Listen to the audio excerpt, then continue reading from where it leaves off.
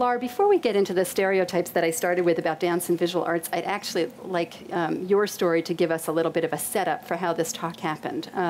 You didn't start out as a dancer, so maybe you could just tell us where you started your artistic life.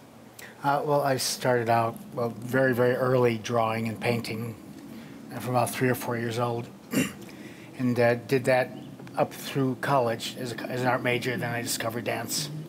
And I had been a gymnast through high school as well and was doing gymnastics in college, so it was a very likely marriage I was preparing for.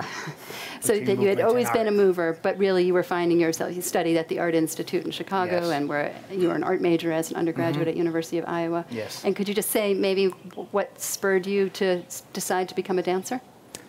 Well, it was a combination of things. I had actually always been a dancer. But I came from a very naive background. Didn't really know that dance existed outside of something I did in my living room with the shades pulled down. But I always improvised to music. And when I went to University of Iowa, I met a woman there who was looking for dancers. And she explained to me what that meant. And she came to the gymnastics team. And actually said, "Is there anyone who wants to lift some women around?" is the way she put it, for starters. And then I got more into it and found out the details. And it sounded just fine to me. And so she took me to see a dance performance. Happened to be the Jose Limon Company. It was the first time I ever saw dance. So I was completely stricken and knew that that was what I was meant to do.